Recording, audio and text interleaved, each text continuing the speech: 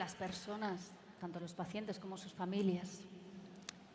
Yo creo que pienso que lo que más necesitan es sentirse acompañadas, sentirse comprendidas, saber que alguien les escucha sin juzgar, saber que su dolor importa, que nos importa, pasar un tiempo, pues si pueden, como decía Pablo, con el menor sufrimiento, no solo físico, posible, de una manera tranquila, sosegada, sabiendo que la vida ha tenido y sigue teniendo valor y sabiendo... Laudetur Jesus Christus, praised be Jesus Christ. Welcome to this live stream broadcast of Pope Leo XIV's presence in the event Weaving Networks with the World of Culture, Art, Economy and Sports. It's happening today in Madrid on this second day of his apostolic visit to Spain on Sunday, the 7th of June, 2026. So before we go into the event, I would like to welcome you to this live broadcast. Some of you may be joining us through various Vatican media channels, perhaps the Vatican News app or the Radio Vaticana app, the Vatican News web portal or Vatican News English YouTube channel, or our Facebook live feed. And of course to all of you joining us through EWTN TV, Salt and Light TV, Shalom World TV, at Mardashan TV, Catholic Faith Network in America, and to all of you joining us through radio stations, among whom are listeners of Radio Maria England, Luminous Radio India, Radio Maria, Papua New Guinea, and other internet sites throughout the world. Welcome to all of you, and a most warm welcome to those of you joining through our dedicated American Sign Language broadcast, made possible with the help of our friends at Deaf Catholic Youth Initiative for the Americas. My name is Linda Bordoni, and it's my pleasure to be with you here today. We are watching Pope Leo XIV on the second day of his apostolic journey to Spain. He's in Madrid, arriving here at Madrid's Movie Star Arena for a very high-profile event. It's called Weaving Networks with the Worlds of Culture, Arts, Education and Sport. And the Pope will be listening to testimonies by some rather famous representatives of those worlds. Antonio Banderas, I'm sure you all know who he is, the famous film star, as well as the flamenco dancer Sara Barras, a singer Roslyn, and the rector of Madrid University, and representatives of the economic and technological world, who will be bringing their thoughts about a changing culture, about technology, about education, about the need to join to safeguard the common good in an increasingly fragmented world.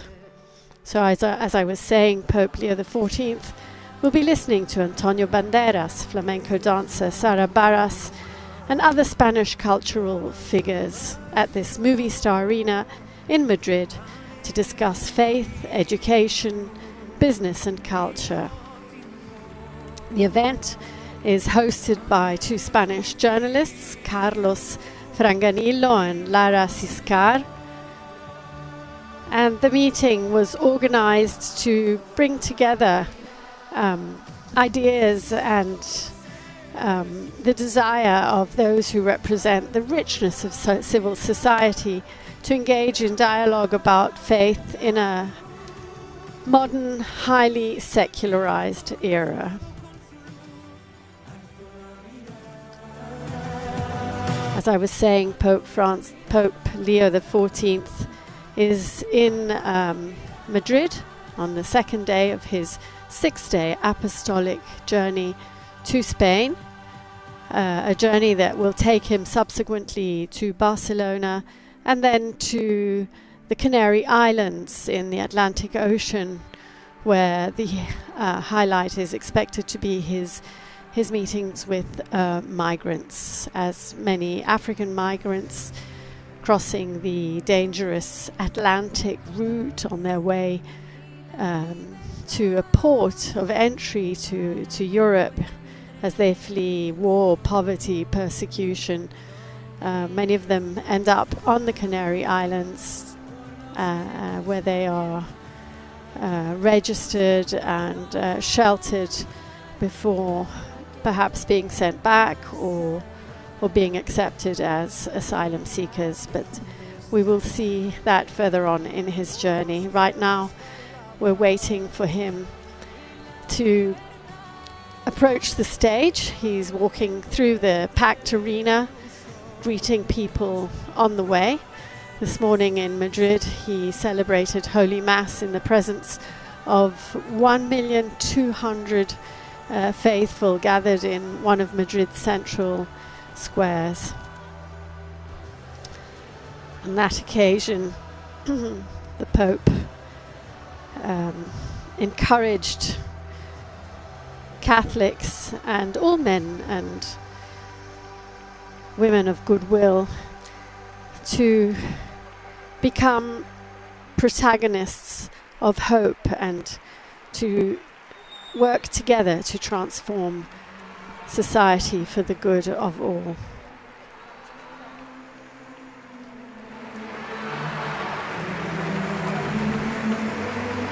Pope Leo arrived in Madrid on Saturday morning, where he was greeted by authorities, and he immediately went on to meet with some of the most vulnerable people of society as he visited a shelter, the Sedia 24 Horas shelter and center that provides assistance to those in need,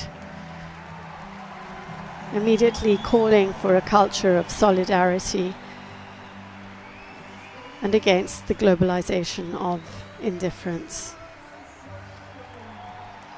We see Pope Leo XIV ascending the steps to the stage at the center of the movie arena for this event, which promises to be quite articulated.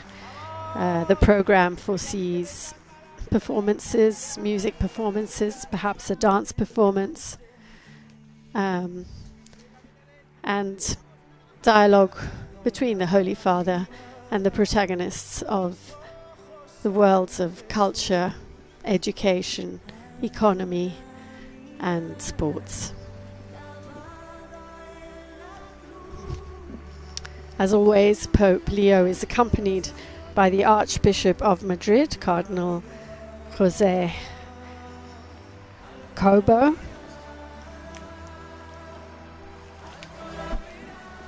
Archbishop Cobo Cano, who will address the gathering and address the Pope, of course, before we listen to the speeches prepared by the other participants. Behind the seat prepared to seat the Pope, we see the logo of the Apostolic Journey. Raise your eyes, raise your gaze, it says in Spanish. Alzad la mirada. Look up to the heavens without ever losing touch with the ground, with the people around you, without ever losing awareness of what is going on, and working together to create a network of hope and solidarity. And that is what this event is called, weaving networks between important worlds such as those of culture, art, business, education, sport. One of the participants is an Olympionic sportsman. She's a badminton player from Spain. And as I was mentioning, you all know Antonio Banderas of Hollywood fame, and not only, one of the protagonists of Spanish film culture, one of Pedro Almodóvar's favorite actors. And here we see the presenters, the journalists.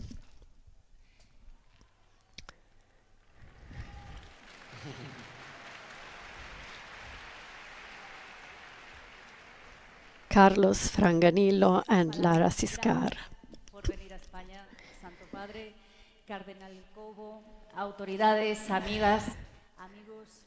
Lara Siscar is thanking Pope Leo for being here, is thanking the Cardinal Archbishop of Madrid.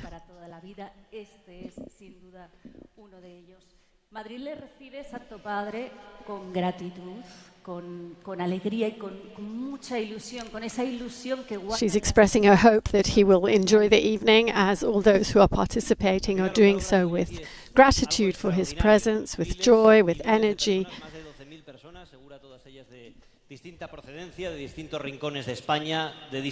Carlos Franganillo presenting the event together with his journalist companion, is noting how these four worlds who come together on the stage tonight are not separate compartments of civil society, but they all work together to weave a network of common good, of hope, of solidarity, and of collaboration. So let's listen to the Archbishop of Madrid, Archbishop Cobocano.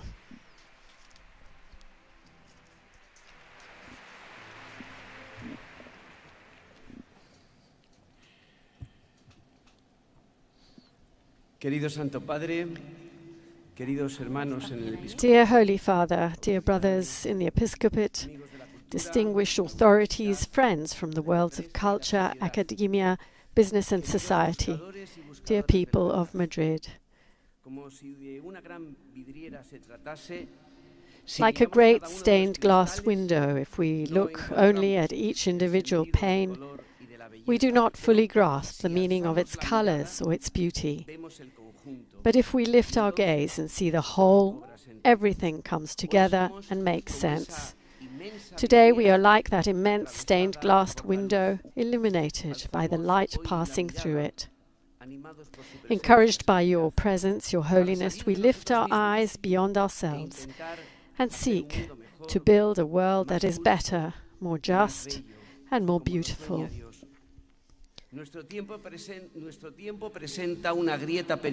Our age is marked by a dangerous fracture, the loss of questions and of meaning. In the face of this, Your Holiness, we are called to seek answers together, to bring together the scattered fragments of reality, like pieces of that great stained glass window, in order to restore light to humanity. Ultimately, the true mission of the Church is to proclaim the joy of the gospel and to bear witness to the conviction that this house is always open to everyone. The question then becomes concrete. What does it mean to lift our gaze toward the gospel within your respective fields of activity? Through the gospel and in the light of your encyclical, we will understand this more clearly. In the face of the crises and threats that undermine the civilization of human rights and democracy, we wish to be encouraged by you, Holy Father, so that we may continue learning how to be present, to serve, and to give praise to the Spirit of the Gospel. This gathering is one more step along that path. It's the fruit of many previous encounters in each of these fields.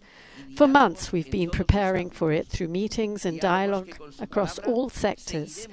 These conversations, guided by your words, will continue, always keeping before us the dignity of every person, a justice that excludes no one, and a fraternity that perseveres. Here, Holy Father, your voice resounds like a clear and distinct note. Thank you for bringing together this diverse group of seekers. And to all of you who today have chosen to lift your gaze, thank you. Your step forward is a seed, The Church of Madrid welcomes it and nurtures it, so that this dialogue may become a lasting way of life rather than a passing moment. Thank you for helping us lift our gaze and contemplate this evening that great stained glass window illuminated by the light that the Holy Father brings to us.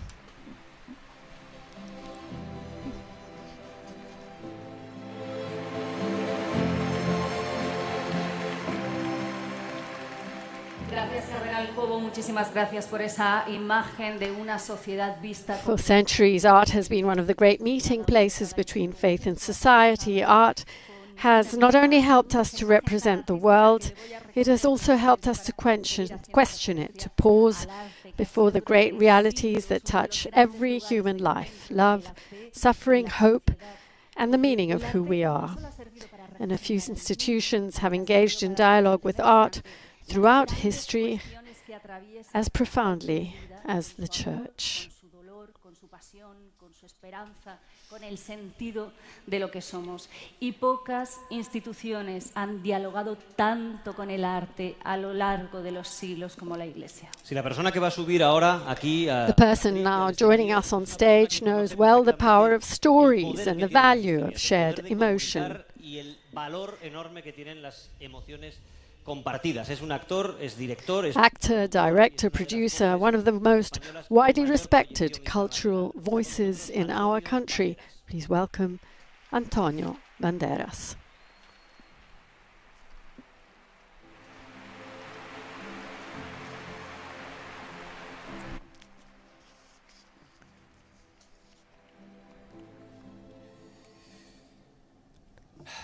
Santo Padre, Holy Father, distinguished authorities, dear friends,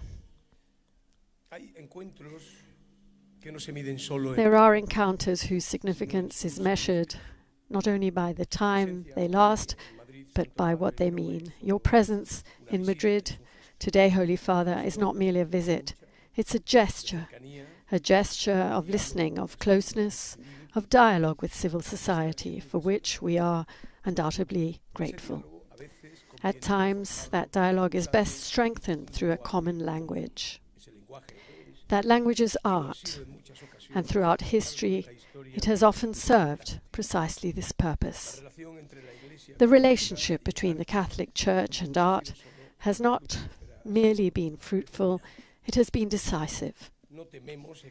We need not fear exaggeration in saying that the Church has been the greatest patron and producer of art in the history of humanity.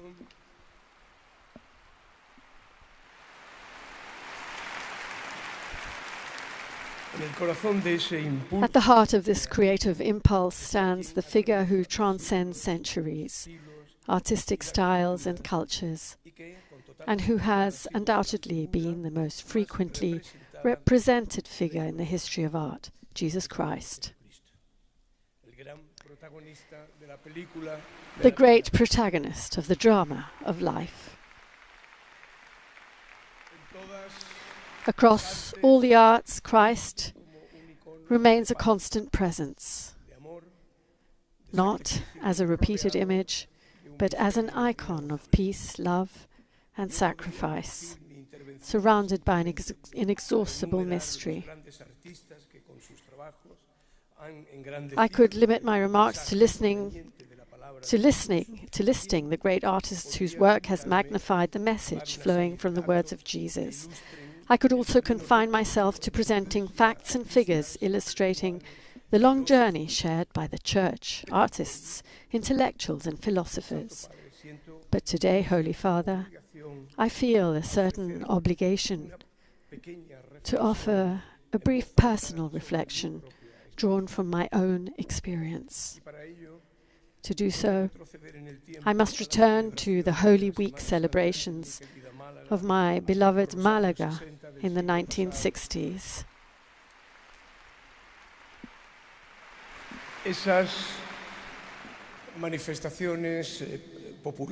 Those popular manifestations that fill the streets with a majestic ritual of art and faith, roots and devotion, a multicolored prism of elegant beauty, a theatrical liturgy that each year transforms the city into a place where the artistic and spiritual become one. It was there, Holy Father, amid that anonymous popular art, that a question was born within me when I was only 4 or 5 years old, a question consisting of a single word: God. Little by little I began to find answers. Some were as simple as those I discovered in my mother's eyes as she fixed her gaze and her devoted heart upon the Virgin of Hope as her throne passed before us in those distant years. Others came through the voices of the singers whose saetas pierced the clear spring air. Still others came through the humble and good people of my city, who each year took to the streets carrying their neighborhoods with them, bearing the sacred images that helped them seek themselves even as they sought God. They did so by leaving behind the self in order to embrace the we. From the we, they moved to them, from them to all, from all to the world, from the world to the universe, and from the universe to God, before returning again to earth with the intuition that God may be present in every particle, in every molecule of every drop of water, every sea, every rose petal, every heartbeat, and every sigh. But art is not only beauty. Art is a question, it's a reflection, it's a contrast, it's a revolution. It's the tension between what we know and what we intuit. Art has been and must continue to be the mirror that reflects that lives that pass by the wounded neighbor without stopping. It's also the denunciation of empty creeds that have forgotten love. It is a voice of warning to societies that have grown accustomed to injustice. Art must be an alternative to violence, all forms of violence.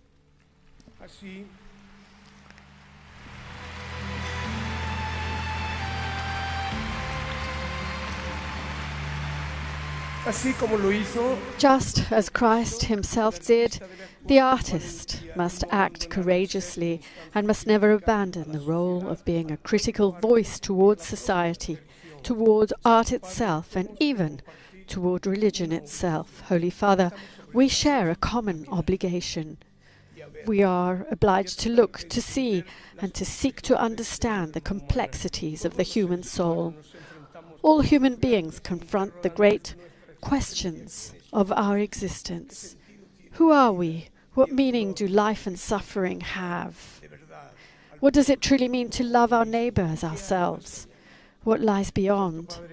And in that search, all of us draw near, perhaps without realizing it, to the transcendent. Holy Father, in a world that rushes forward, fragments itself, and at times oversimplifies reality, art helps us recover the depth and the soul that are in danger of being taken from us by artificial intelligences that must remain at the service of the human person and never the other way around. A soul that whispers to us that there is something more. The constant whisper of hope in that something more. This encounter between the church and civil society is not merely timely, it's necessary. We need to continue creating and sharing. We need to continue asking questions. We need to continue seeking beauty.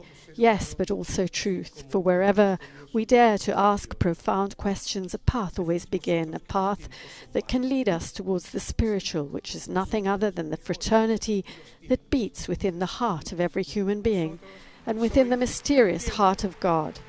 You say that the times are bad. Be better yourselves, and the times will be better.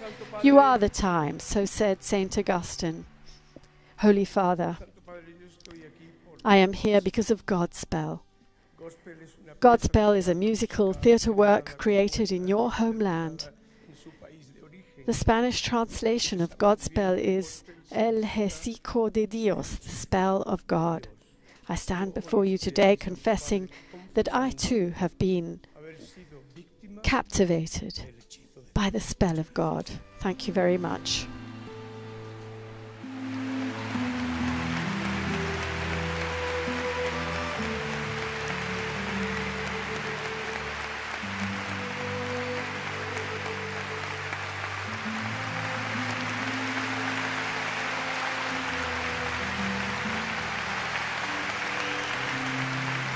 This is a private exchange between Pope Leo XIV and Antonio Banderas. We see Pope Leo XIV has handed him what I assume is a rosary blessed by himself. And Banderas leaves the podium.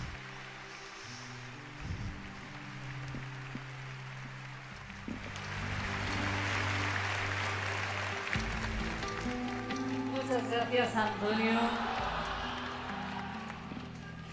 Antonio Banderas nos recordaba. You have reminded us, Antonio Banderas, that art is often born from a question, and perhaps every great human adventure begins in exactly the same way, with a question. Questions are important. Universities, classrooms, and research centers are places where curiosity becomes knowledge and where knowledge seeks to become service. Places where one learns not only a profession, but also how to look at the world. At a time marked by extraordinary technological advances and immense human challenges, education and research are called to do more than provide answers. They're called never to stop asking the important questions. We now welcome José María Coelho de Portugal, rector of the Complutense University of Madrid, representing Madrid's educational and scientific community.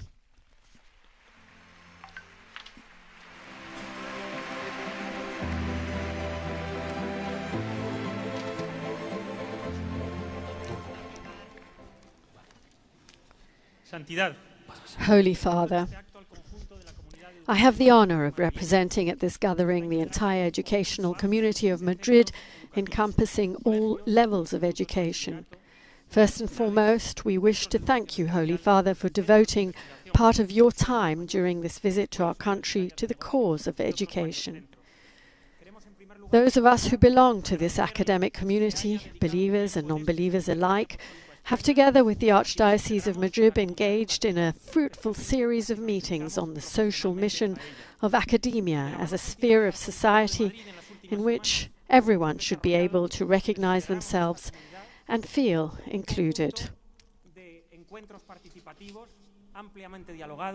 Entre creyentes y no creyentes, donde hemos hablado acerca de la función social de la academia y de la educación. Sobre la academia Santidad todos entendemos que debe ser un espacio social de convergencia. A space for convergence, a social space in which everyone must be represented. Education is an irreplaceable instrument of social justice through which equality of opportunity enables every young person to develop his or her abilities in a harmonious way. It's a fundamental human right.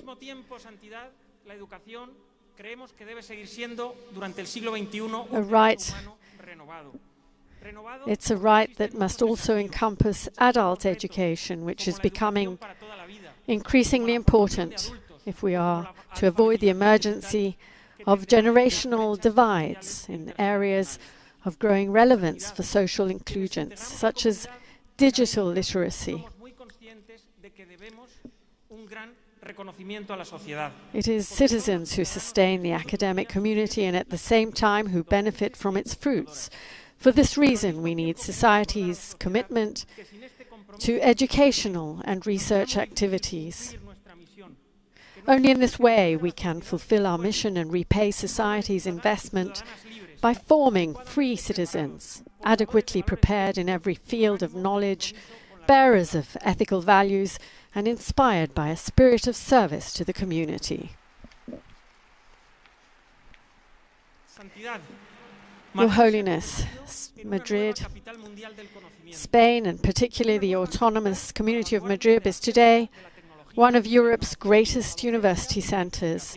It's a vibrant and dynamic educational environment at the forefront of science, technology, and international prestige, where some of Europe's oldest and most distinguished public universities coexist alongside pontifical and ecclesiastical institutions of great tradition, together with a great variety of socially inspired universities renowned for their academic excellence. These institutions educate tens and thousands of Spanish and international students from around the world, especially from the sister nations of the Ibero-American community.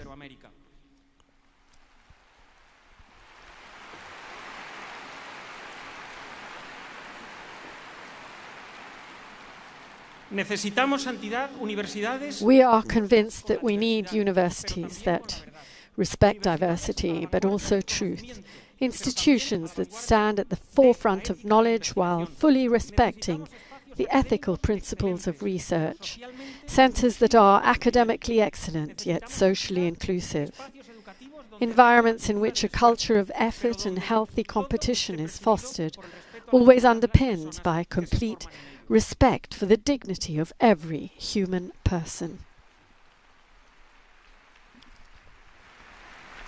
The academic world received with great joy Your Holiness's recent decision to proclaim for the first time in history a university professor, Doctor of the Church, in the person of John Henry Newman.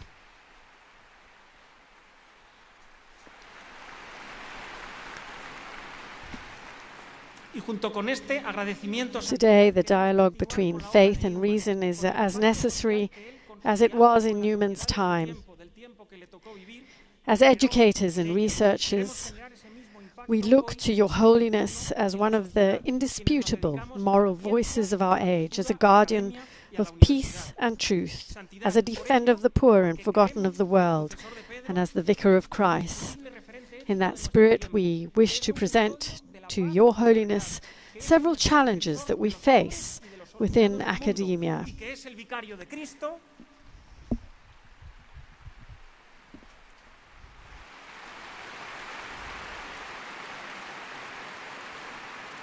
Queremos, Santidad, desde la Academia, plantearle algunos de los retos, algunos desafíos que tenemos por delante y que nos inquietan. El primero de ellos... The first is this. How can education continue to building a peaceful society and fostering a culture of coexistence at a time when harmony is so often threatened by an unproductive climate of confrontation that at times permeates our 21st century societies? The second question concerns how education and research can provide leadership in addressing the scientific and technological transformations that characterize the technological revolution in which we are immersed. Thank you, Holy Father, on behalf of the entire educational community. May Our Lady of Almudena, patron of Madrid, accompany you on your journey and bless you today and always.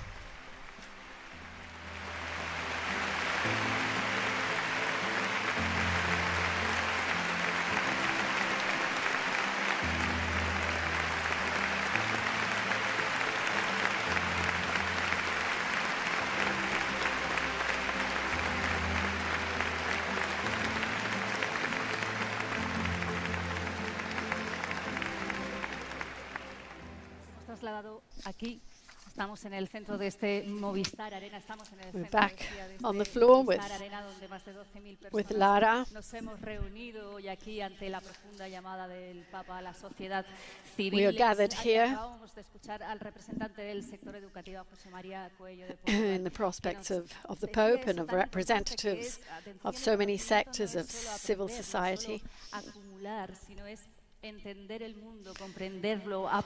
You have reminded us that education is not merely about transmitting knowledge, but also about forming people capable of thinking, understanding, caring for the world they inherit. There is something beautiful in what we have just heard. The search for truth belongs not only to classrooms and laboratories. As we have seen throughout this afternoon, we also encounter it through other languages, in music, in art, in movement, in forms of expression that, without words, communicate something profoundly human. Some artists transform their discipline into a voice of their own. They make the stage a place where strength and vulnerability, roots and freedom coexist. Humanidad, donde se plantea pues ese enorme reto, la necesidad de desarmar de alguna manera, quitarle fuerza a la recalling the recently published encyclical by Pope Leo XIV, Magnifica Humanitas, which deals with the importance of safeguarding humanity in a rapidly changing world with artificial intelligence at its center, and how the need is for us to shape artificial intelligence and not the other way around. The importance of preserving the human voices and faces of humanity as AI transforms the world and shapes the world at an alarmingly fast pace. Frente a las máquinas, frente a la inteligencia artificial. Él hablaba desde el punto de vista del artista, desde el punto de vista de la cultura, mensajes muy potentes y expresiones con una enorme profundidad. That is also the huge contribution that the power of art has to bring to humanity. Art is synonymous of reflection and of making us ask the important questions that keep humanity at the center of society, of life, of love, of solidarity. Poliedro, utilizaba esa palabra, poliedro, formado pues por la liturgia, por la diversidad humana. The journalist is recalling the words of Antonio Banderas, who was speaking of culture as a multifaceted prism of many colors. Que conoce bien ese lenguaje, que conoce la manera de expresar ideas muy profundas a través del arte, a través de la danza. And now we are about to present a protagonist of the world of art, one of the most famous flamenco dancers of the world, Sara Barras. Sara Barras, who is a world-famous Spanish flamenco dancer and choreographer, who has established her own dance company, is bringing a performance to the stage now.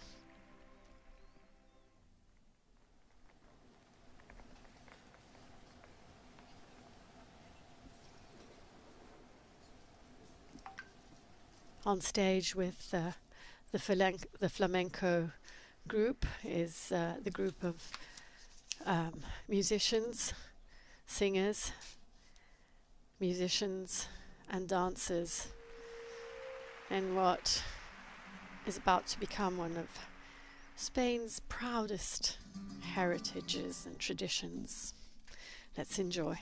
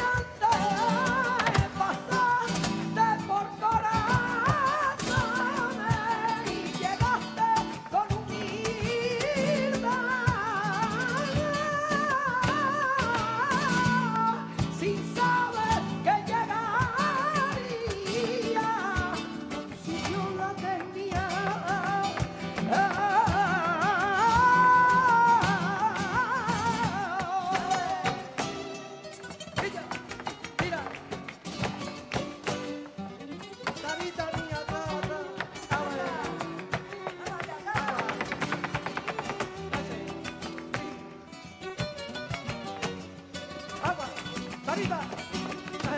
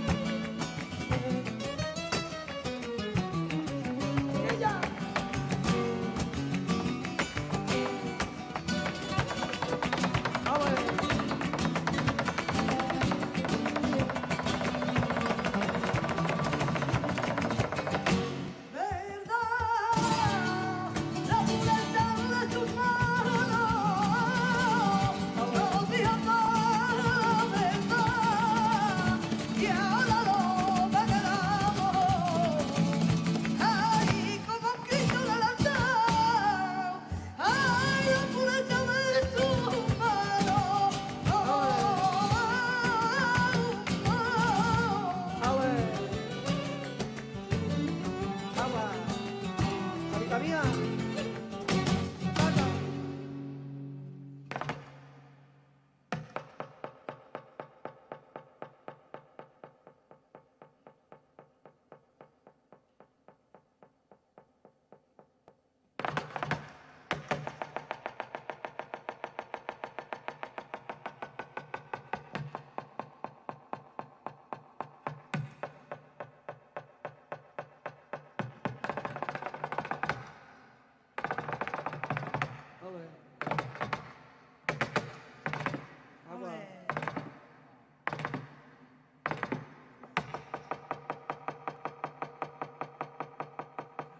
Sara.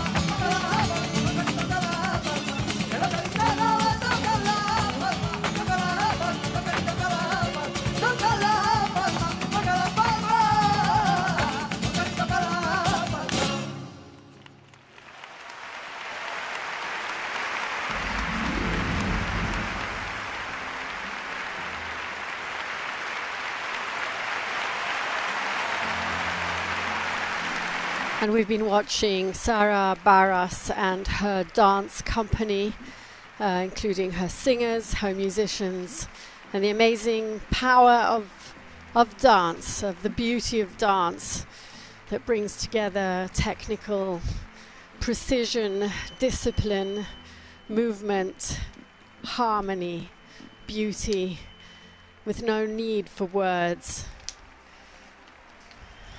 Perhaps the most ancient of arts, in which men and women of all centuries and times have found ways to communicate their passion through their bodies, their voices, their sounds. And the Spanish are rightly very proud of their incredible tradition of flamenco dance, flamenco music, flamenco singing, which came together today on this stage for Pope Leo XIV, who is thanking the dancers, all the members of the company. Just remembering that Sara Barras is a well-known flamenco artist who's participated in many events, many performances, even films.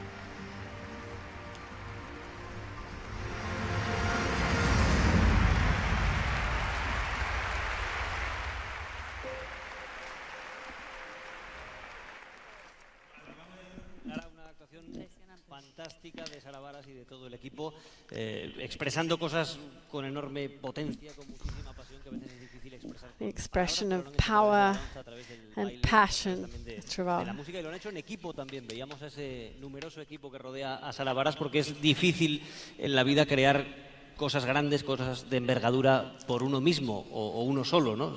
Carlos is commenting on how much work and effort and discipline goes into putting together a company in which everyone works together to create a choreography, a final choreography. Lo hemos aprendido también de las conversaciones que hemos tenido en este acto, cuando empezábamos, cuando estábamos esperando al Santo Padre. Hablábamos con, bueno, yo creo que eran ejemplos verdaderos de lo que es mejorar el mundo, ayudar al otro y hacerlo de manera conjunta. De hecho, algunos de los now we pass to another de lo importante que han sido esas sector of society, of civil society, that aims to better society, to improve the livelihood and the lives of all of its members. Hablábamos también con Pedro Now we are talking que nos explicaba cómo el teatro que podemos encontrar en cada uno de los barrios de esta ciudad y de casi todas las ciudades siguen siendo ese espacio común para que las personas se reúnan common space in which all members of society have their space. Seminarista que nos explicaba cómo él había hecho frente a sus dudas, a la pregunta, a la búsqueda del camino, cómo lo había encontrado y cómo utilizaba esa otra expresión, la música, la guitarra flamenca. Sí, son historias que componen una ciudad, el alma y todas esas redes que se pueden tejer. También quienes cuidan. Escuchábamos, Santo Padre, antes de su llegada, a Carmen Molina, del Hospital Niño Jesús, hospital pediátrico, que trabaja en la unidad de cuidados paliativos. Now the presenters are recalling many figures of society that contribute to the well-being of the common good, and they of course include art and artists such as Antonio Banderas, such as Sara Barras, but also doctors, people who are engaged in medical research, in furthering education, in integrating people from all walks of life. And now we move on to the business and economy segment.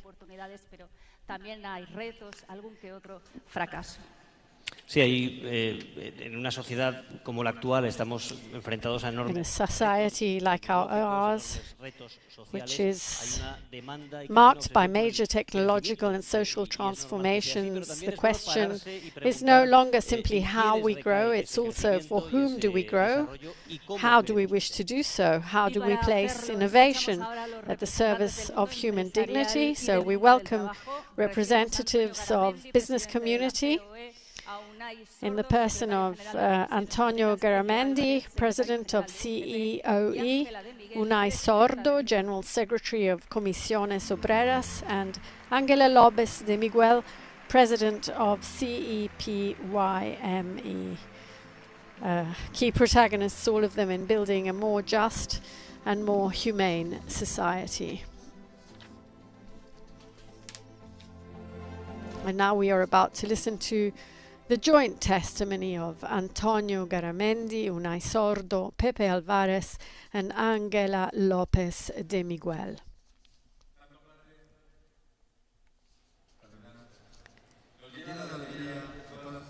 It is a source of great joy, Holy Father, for Spanish businesses to share this dialogue on business, work, and the future together with the trade union organizations and Your Holiness.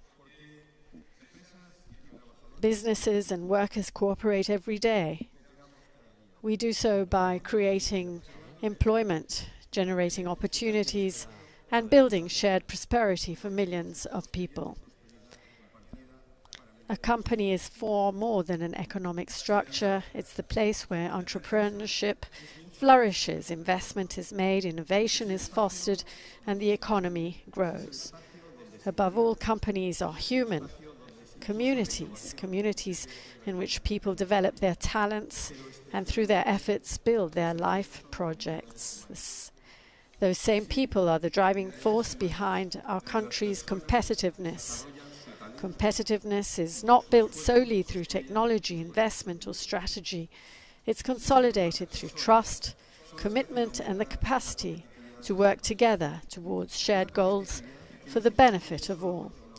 From this understanding of the company, we must address what is undoubtedly a genuine change of era, technological transformation. Artificial intelligence and global competition are redefining the ways in which we produce, work, and relate to one another. For this reason, we need to strengthen a vision of business that is both transformative and profoundly humanistic, a vision that recognizes work as the highest expression of human dignity, integral development, and contribution to the common good. This reflection is important when we think of young people. They embody talent, energy, and the capacity to build the future. Businesses wish to continue offering spaces where new generations can find trust, opportunity, and hope. These goals are achieved when commitment, effort, and purpose are united. This is why preserving social dialogue and collective bargaining is so important. They are not merely tools for resolving differences. They are spaces of agreement, stability, and shared construction that contribute to social peace. They form a quiet but essential infrastructure that ensures businesses can be places of economic prosperity, social well-being, and personal fulfillment.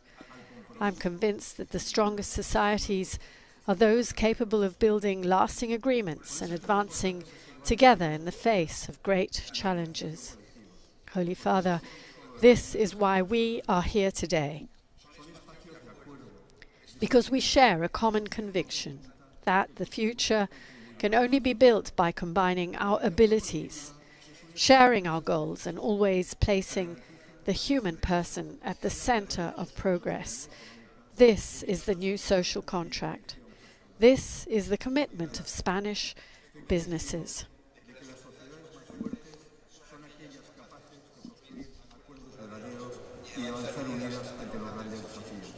Santo Padre, por eso estamos hoy aquí, porque compartimos una misma convicción.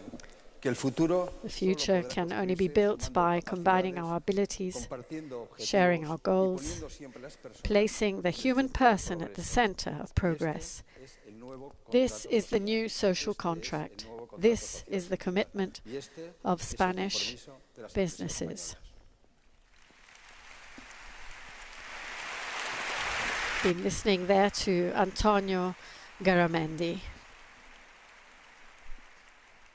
And now we listen to Unai Sordo, who is here to talk about the challenge of artificial intelligence and education.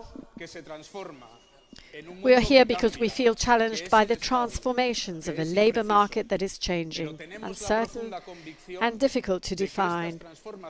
We firmly believe that these transformations cannot reduce work to just another productive input. Work concerns the dignity of the person and the social construction of human life. For this reason, the regulation of labour requires democratic social actors and institutions such as the social dialogue developed in Spain. We're not speaking merely about economics, but about society, relationships and community. Every transformation brings challenges. Access to knowledge is essential if those challenges are to be met. Just transitions in employment require that education and the acquisition of skills reach all workers, especially those who are most vulnerable and most exposed to change.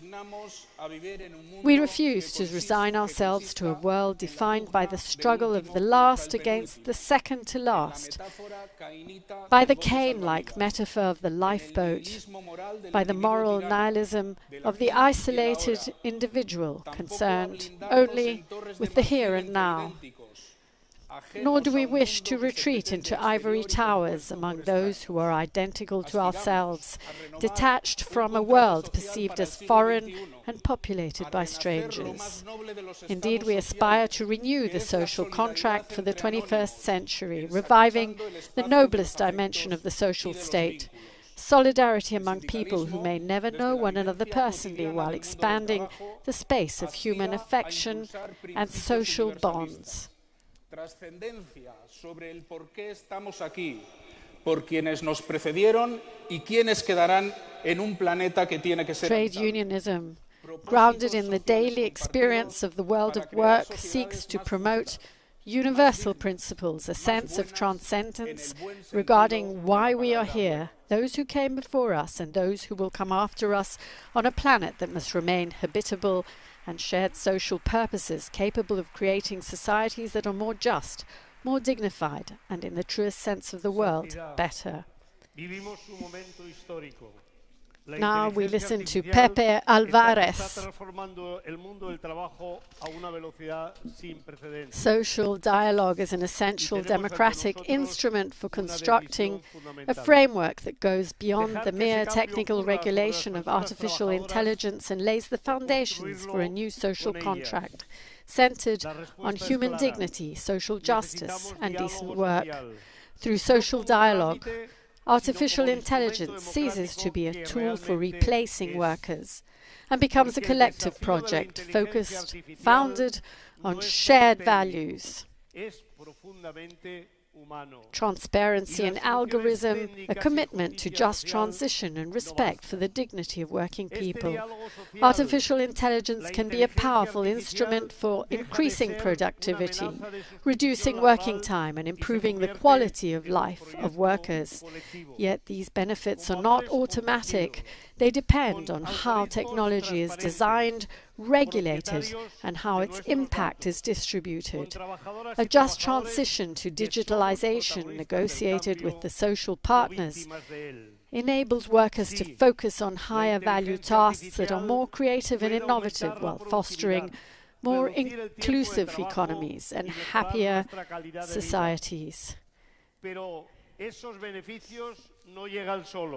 The new social contract requires that this path of progress be pursued with equity and justice.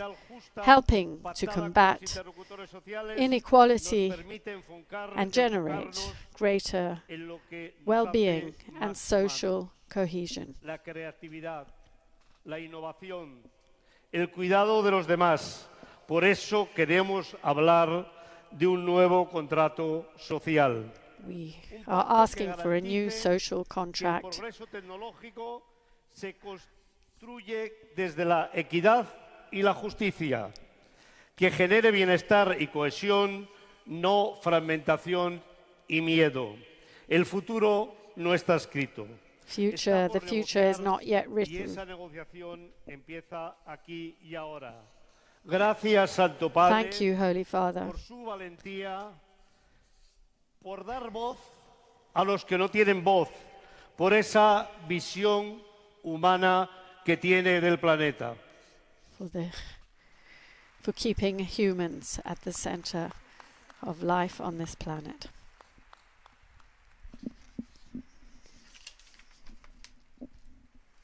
Finally, we're listening to Angela Lopez de Miguel.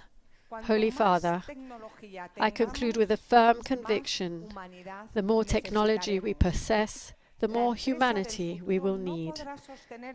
The company of the future cannot be sustained by data and predictions alone. It will require trust, meaning, and genuine human relationships. We must also educate business leaders, professionals, employer representatives, and trade union leaders with a humanistic vision, one that places technology at the service of people. We know that social dialogue is a valuable instrument for building balanced solutions, adapted to the realities of each company, each sector, and each territory. This is especially important in a country such as ours, whose productive fabric is largely composed of small and medium-sized enterprises and self-employed workers. It is there that sustainable growth is built, when businesses and workers advance together. The common good is our compass. It leads us to lift up our gaze towards the values of truth, freedom, justice, and love, so as to humanize technology and build a civilization founded on work. This is the new social contract. Thank you, Holy Father.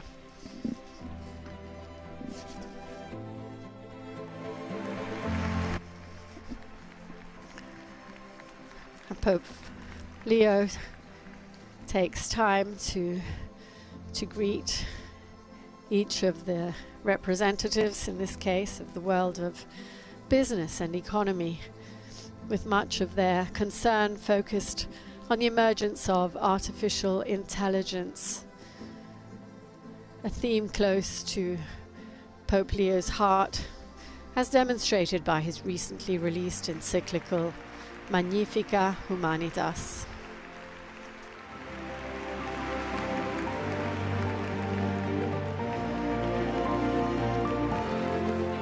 Bueno, muchas gracias. Gracias a los cuatro por esos discursos, por esas palabras importantes desde perspectiva. Thank you for those reflections that touch upon one of the greatest questions of our time: how to move forward without leaving anyone behind, how to ensure that progress has a human face, how to make technology, innovation and growth remain at the service of people.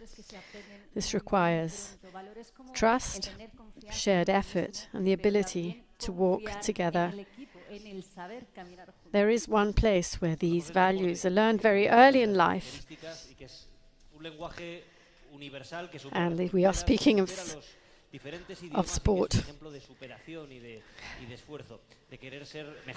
Tenemos hoy a dos mujeres extraordinarias, grandes campeonas. Está con nosotros Teresa Perales is one of the most decorated Paralympians in history, a symbol of perseverance, inclusion, and an inspiring voice both within and beyond the world of sport. Una de los deportistas paralímpicas más laureadas de nuestra historia, un ejemplo de perseverancia, de inclusión, un ejemplo dentro y fuera del deporte. Vamos a escucharlas ya.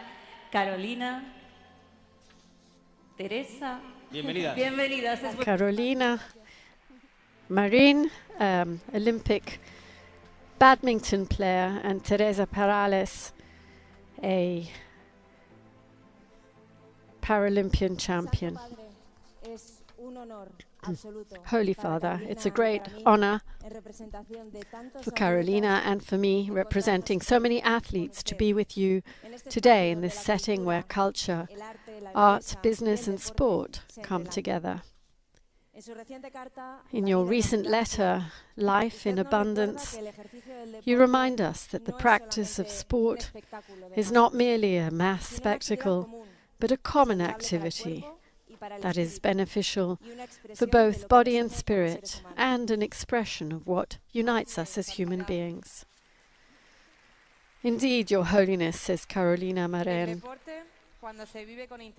sport, when lived with integrity, is a true school of life. Today, we find ourselves in a world obsessed with performance and success at any cost, where it can sometimes seem that the only things that matter are making money or breaking records. In the face of that pressure, we athletes wish to uphold the pure joy of playing for the sake of playing, the enthusiasm we knew as children.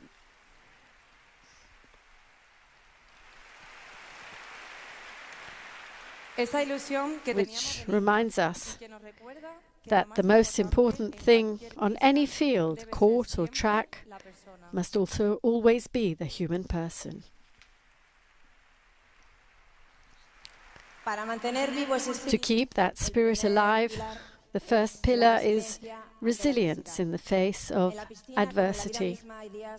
In the swimming pool, as in life itself, there are difficult days when the water feels heavy, injuries are painful, or the body simply does not respond as we would wish. You have reminded us that falling is not the end of the journey. Accepting our fragility in our difficult moments does not make us weak. It makes us human. The true victory is not to be invincible, but to learn how to rise again with the help of others.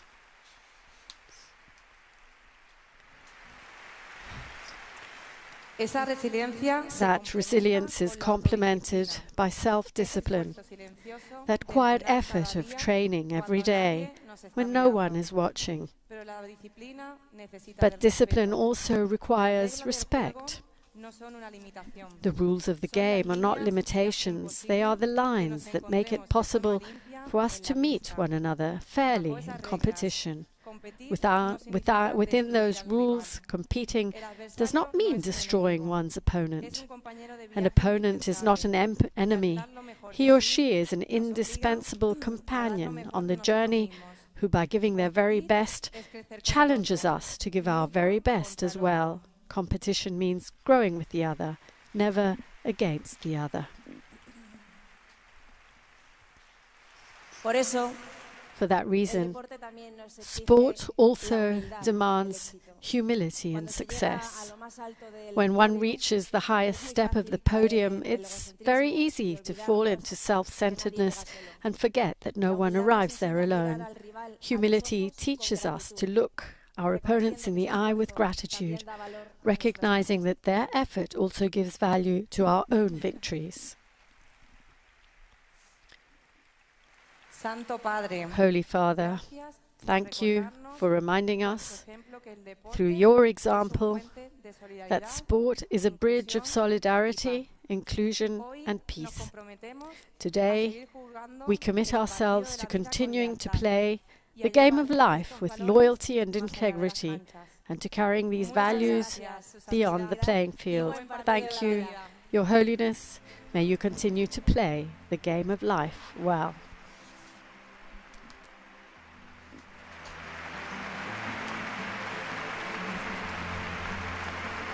Pope Leo steps down to personally greet the two athletes who have brought their testimonies of fair competitiveness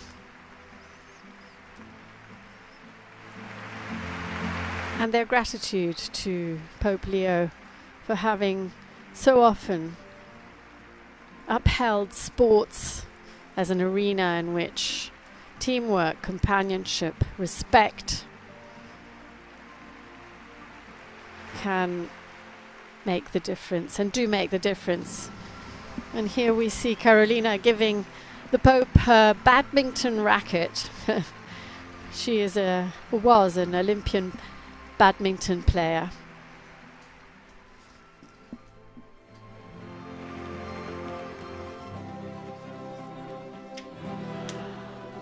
Teresa Carolina, muchísimas gracias. Thank you for reminding us that the greatest victories are not always measured in medals. Very often they are measured in the ability to rise again. Holy Father, this afternoon Madrid has wished to present to you some of its many faces, the faces of those who educate, create, work, research and serve. And now comes the moment we've all been waiting for. The moment to listen to you, to hear a word that will help us continue looking farther and higher. Your Holiness, the floor is yours.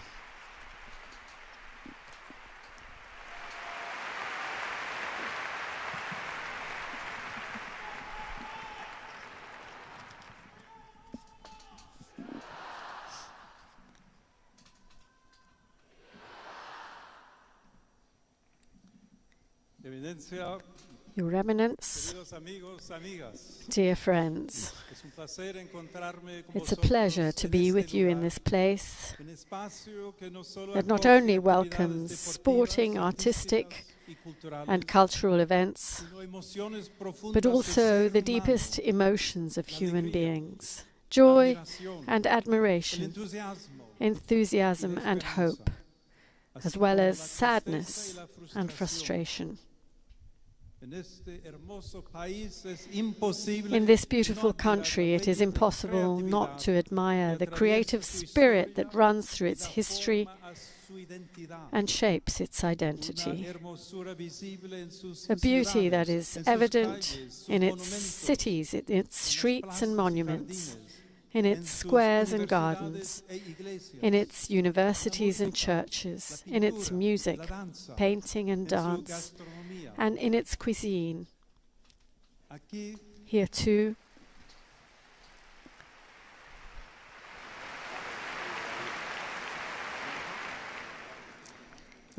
here one senses the spirit of the generations who transformed the landscape and gave it a character of its own. And this reveals to us in every detail the intelligence and determination that dwell in the human spirit. After carefully considering these wonders created by previous generations, a question inevitably arises that challenges us all. What legacy are we leaving for the future? And by extension, what kind of community are we building? I have listened intently to each of the panelists' contributions, and I agree with you. Our society does indeed possess an extraordinary capacity to produce, innovate and communicate. However, it seems we still need to learn how to safeguard the soul of what it generates. Otherwise, we run the risk of becoming experts in the media and effective producers, yet uncertain as to why, for what purpose, with whom and for whom we produce. In this context, In this context, the Church, mindful of both its successes and its errors throughout history, longs to remain in dialogue with the contemporary world. The desire for goodness, beauty, and truth is rooted in the very DNA of humanity. It's on the basis of this profoundly human aspiration and our centuries-old experience that the Church proposes paths towards a life of dignity and the common good. In this regard, St. Paul VI affirmed before the United Nations that whatever one's opinion of the Roman pontiff may be, his mission is well known. As an expert in humanity, the Church does not turn a blind eye to anything truly human.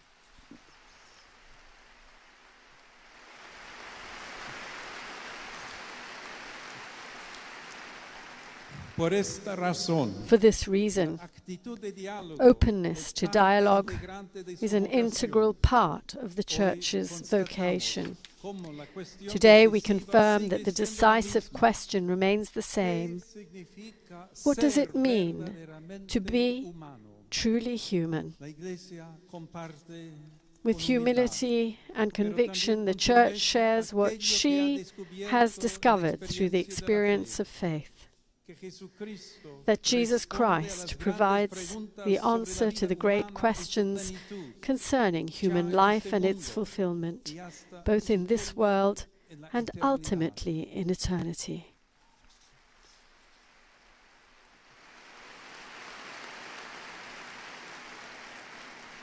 For this reason, the human person always remains the way for the Church and the heart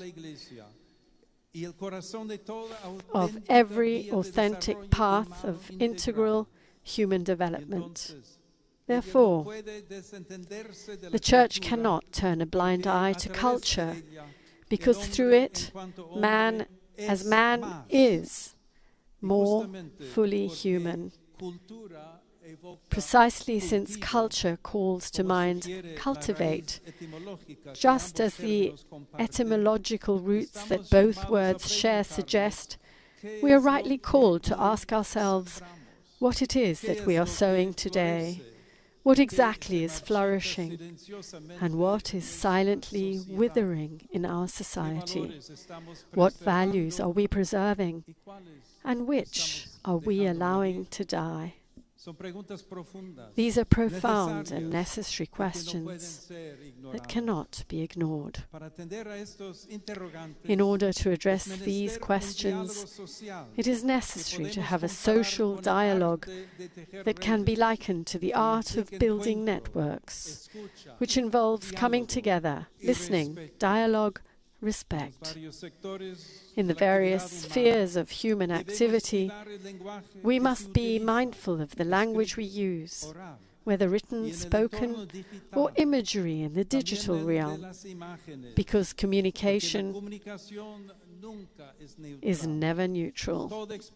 Every form of expression speaks and conveys meaning. It can wound or heal, shatter expectations, or open new horizons, sow division or awaken hope in the possibility of building something genuinely human together. Thus, building networks is a dialogue among institutions which is centered on human dignity. This entails, for example, that the university not ignore the working world nor renounce the truth, that business not view the employee as just another factor in the equation of its interests,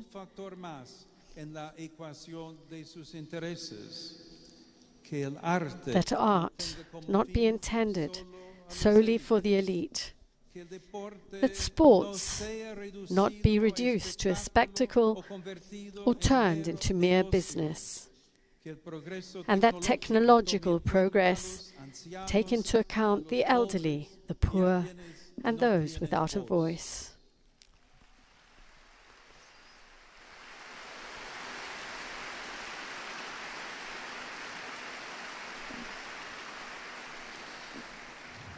Nuestra aportación al diálogo desde una visión From a Christian perspective, our contribution to the dialogue concerning life recognizes that the Creator has woven human beings with threads of love, for they have been created in the image and likeness of God, who is love. Herein lies the foundation of inalienable human dignity, the absolute respect of which is the basis of dialogue. Second, building networks means creating together. Faith, Pope Benedict XVI affirmed, is a love, and therefore creates poetry and music. Faith is joy, therefore it creates beauty. We have all experienced something beautiful, so much so that it changed us from within, a song, a poem, a quiet church, a voice, a glance, or even a basketball game enjoyed with friends. It is no wonder then that the proclamation of the good news and the awareness that we are all brothers and sisters finds expression in the form of a saeta during Holy Week or in mystical poetry. Expression can also be found in the literary genius of authors such as Lope de Vega, Saint Teresa of Avila, Saint John of the Cross, Calderón de la Barca, or in the serene prose of Saint Thomas Aquinas, from whom we have inherited the beautiful hymns of Corpus Christi, which we celebrate today. All of this reveals the bond between the material and the spiritual that constitutes our existence. Third, building networks means to serve selflessly.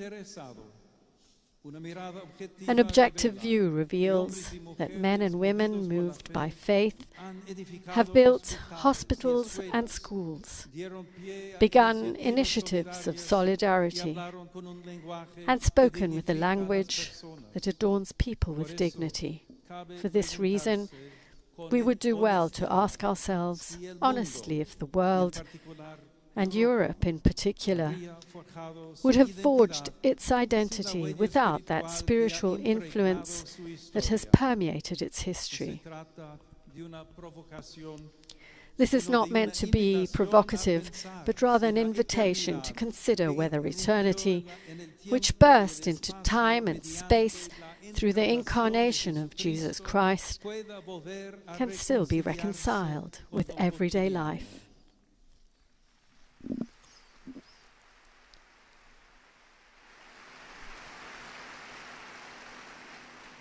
Is it seriously possible to believe that Europe, which we deeply love, would be the same without the influence of faith? Why should we fear that eternity permeate everyday life? The cry of my predecessors lives on. Do not be afraid. Open wide the doors to Christ.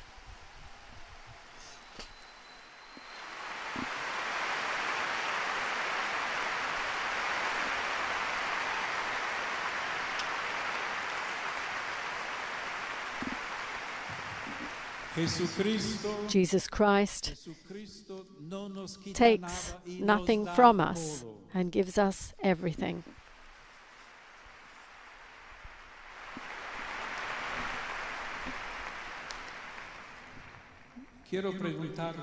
I ask myself, who are the ones being excluded despite their virtues and abilities?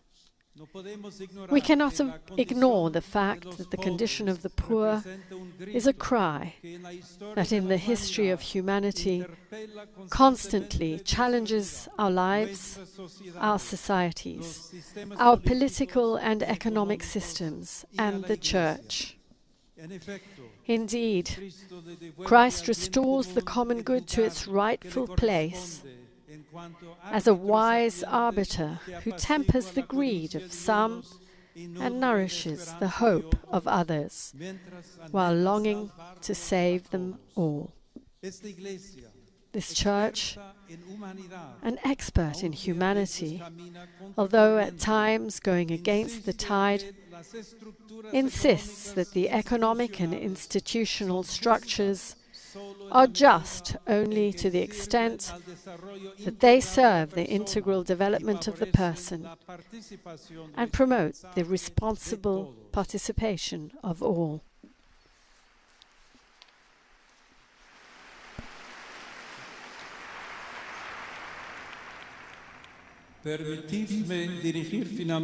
Finally, let me draw your attention to a world that, as you know, is no stranger to me, the world of sports. Consider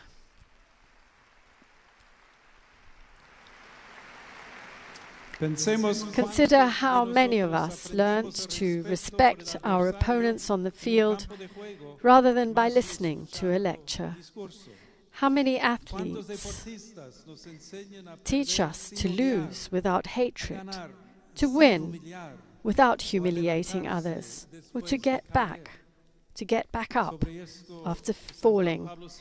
Saint John Paul II, as an athlete and pastor, once said, "In these times, when unfortunately various forms of violence and thus of hatred tend to tear apart the fabric of social solidarity, you play your part in offering a shining example of cohesion, peace, and unity. In a word, of knowing how to be together." These words are even more relevant and timely now than when they were first spoken.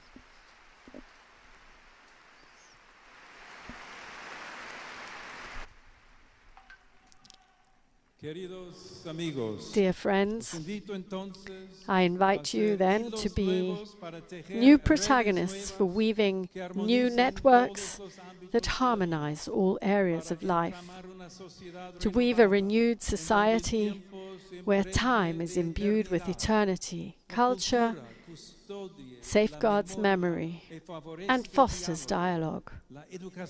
Education promotes the search for truth with a critical spirit. Art awakens wonder and generates noble emotions.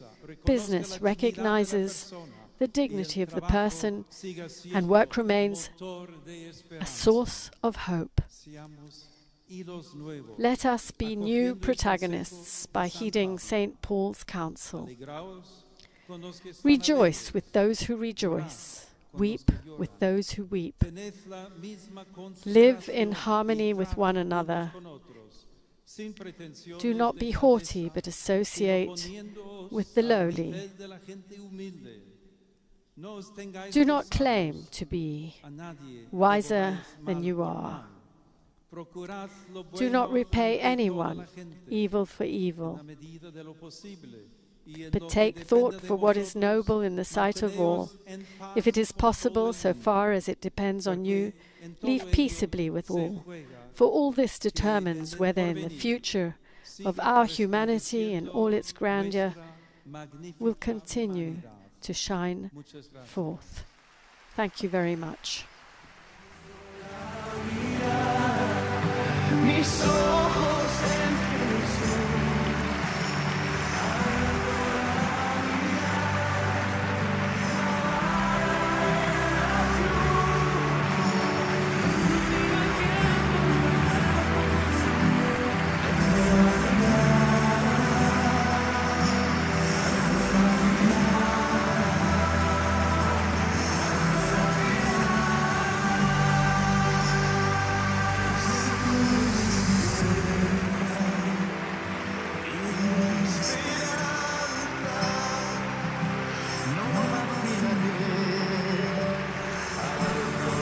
And thus it appears that the meeting, the event, weaving networks with the worlds of art, culture, economy, and sports, is coming to an end.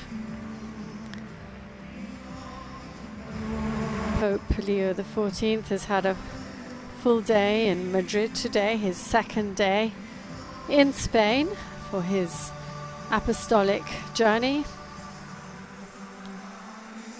And he is receiving the applause and the affection of a huge audience here in the Movie Star Arena.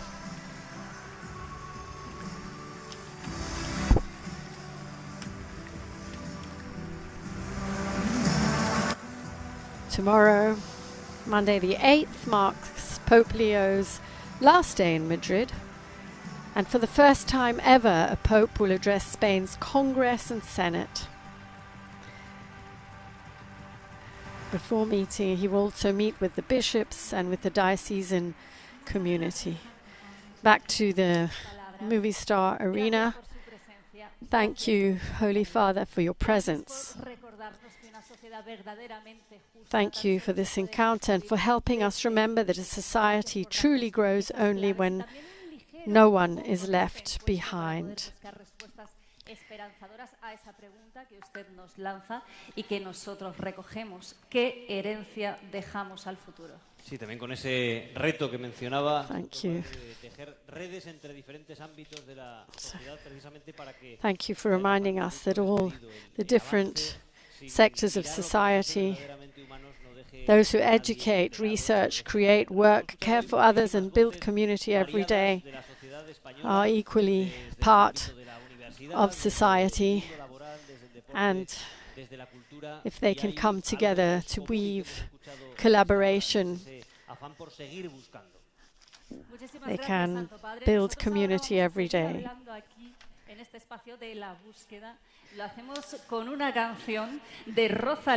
We're going to listen to the singer Rosalind, who is going to give us a song about hope and the future. Adelante, Rosalind.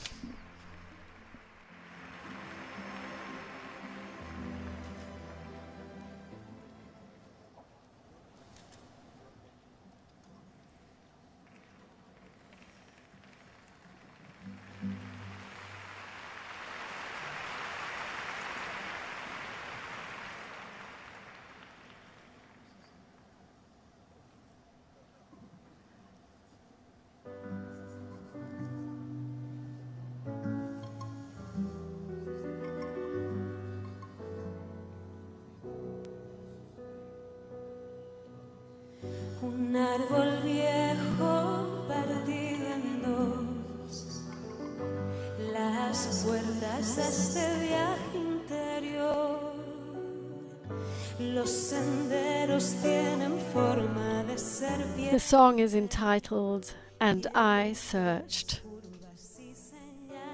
Que te pierden las primeras dudas, las lloraba el cielo. Debes enfrentarte sola y no tener miedo.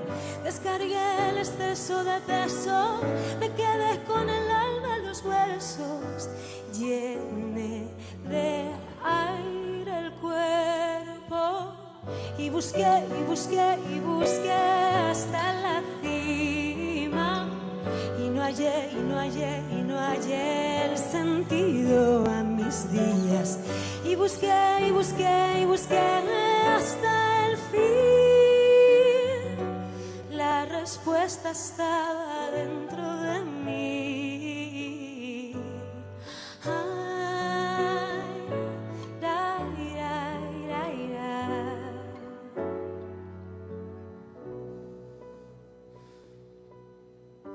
Luna plena llena de agua fría ilumina la noche herida.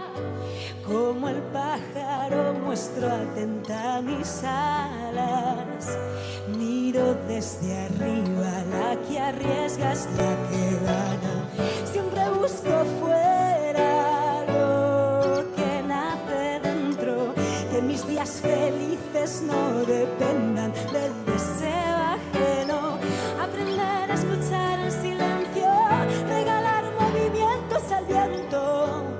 Yo sola ante este templo, y busqué, y busqué, y busqué hasta la cima, y no hallé, y no hallé, y no hallé el sentido a mis días, y busqué, y busqué, y busqué hasta el fin. La respuesta estaba dentro de mí, y busqué, y busqué, y busqué hasta la cima, y no hallé, y no hallé, y no hallé el sentido a mis días, y busqué, y busqué, y busqué hasta el fin. La respuesta estaba dentro de mí.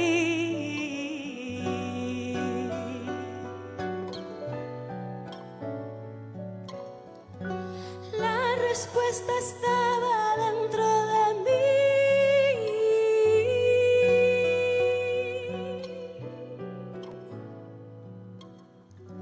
La respuesta estaba dentro de mí.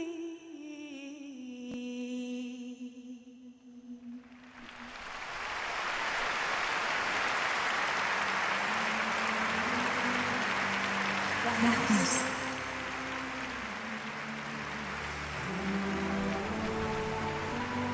And we've been listening to Rosalind, who sang the song And I Searched.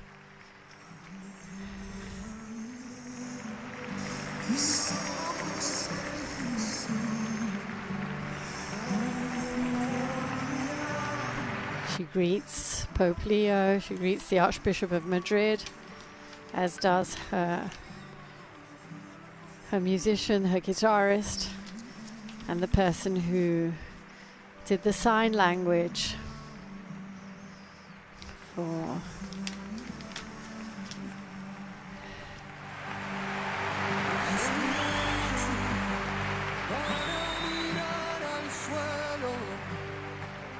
and now the Pope is preparing to impart his apostolic blessing. Bueno, pues le damos las gracias a María por esa maravillosa interpretación. Thank you Nos acercamos un poco for más the song. al Santo Padre. Santidad, quería decirle muchas gracias. Thank you, Holy Father, Muchas gracias por venir. for having come to our country, for being here with us today. Thank you. Gracias por su presencia. Thank you for your presence. También gracias a todos los que hoy han estado aquí. Thank you to all of you who have come, to have collaborated, have made this event possible, and who contribute to building community every day. Y recuperando el lema de esta visita, Madrid has sought to lift up its gaze and to do so together. Más de 12.000 personas, cada una de una punta del país y quizá del mundo, que han querido estar hoy aquí. Seguramente quieren también contribuir a tejer esas redes que usted mencionaba para alumbrar esos. Carlos is thanking all those who made this possible, the many thousands of people who have come together to weave a network of collaboration and support. Todos entonces constructores de esta nueva comunidad. We are all builders of community. Bendito sea el nombre del Señor, ahora y por todos los siglos. Nuestro auxilio es el nombre del Señor. La bendición de Dios Todopoderoso, Padre, Hijo y Espíritu Santo, descienda sobre vosotros. Amén. Muchas gracias. Felicidades a todos.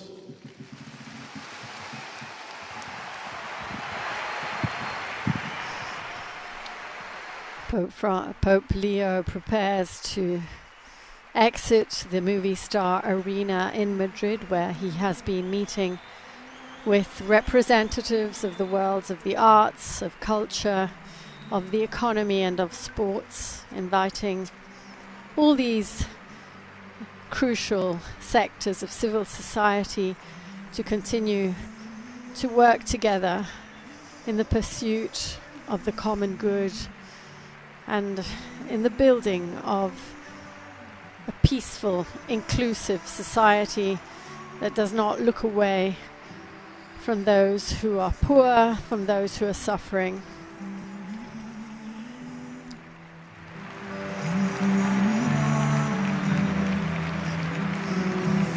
As I was mentioning, tomorrow, Monday the 8th, marks the Pope's last day in Madrid.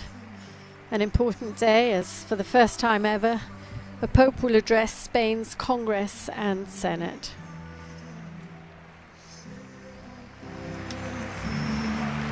He will then, on Tuesday, depart for Barcelona.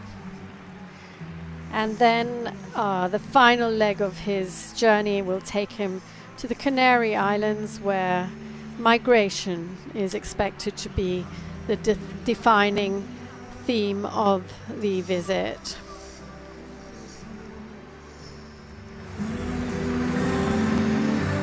And as we prepare to end this live-streamed broadcast of this event at Madrid's movie arena, we invite you to carry on following us on all of our platforms as we provide live coverage of Pope Leo XIV's apostolic journey to Spain.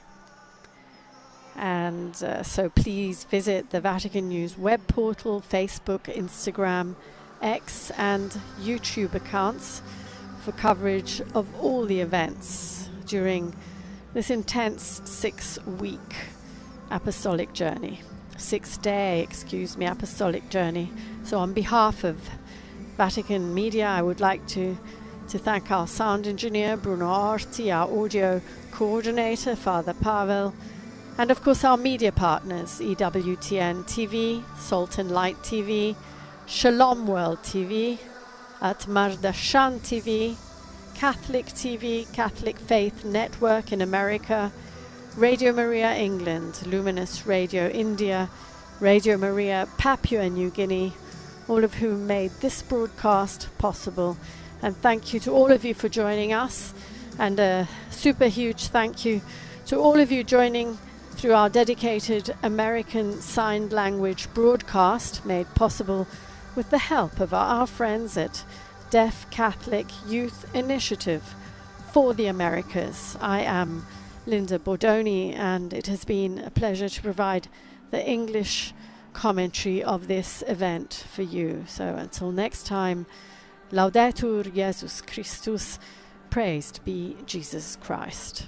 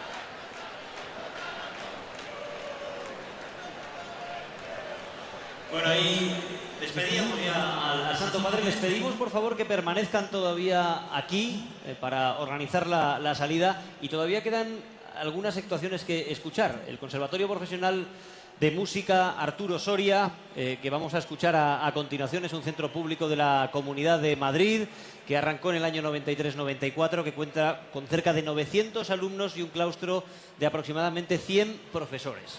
Y entre sus principales señas de identidad destacan sus numerosas agrupaciones musicales. Hoy tenemos con nosotros a la Big Band, que va a interpretar Risky Toll de Bruno Mars, Me Gusta Madrid, con transcripción y arreglo de Javier León, Spain de Chick Corea y I Wish You Love de Charles Trenet. Los intérpretes son alumnos de primero y sexto curso de enseñanzas profesionales. Adelante, les dejamos con la Big Band.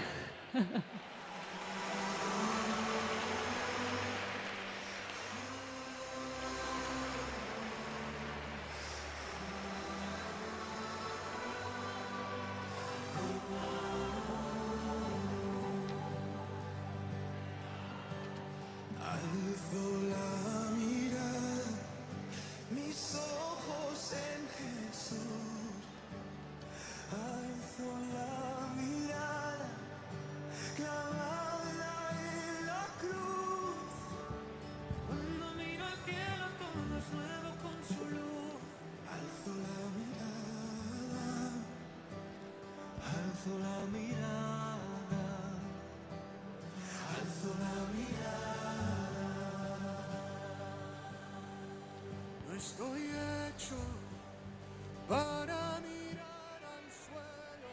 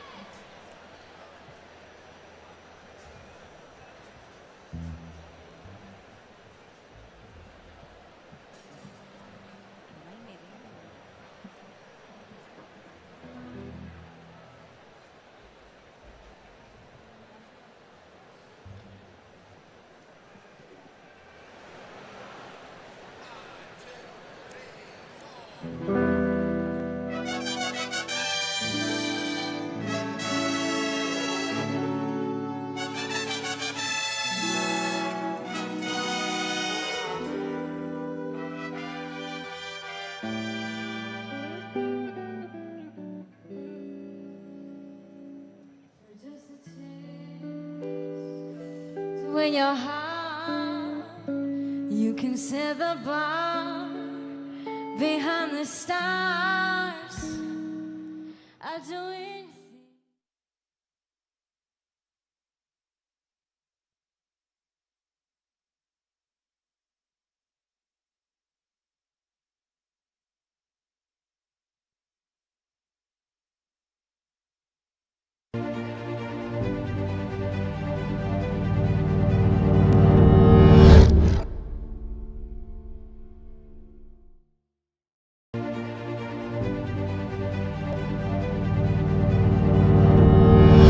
ഈ ഒരു രാഷ്ട്രീയ ഇന്ന് പലപ്പോഴും നമ്മൾ കാണുന്നുണ്ട്. ഇവൻ എല്ലാ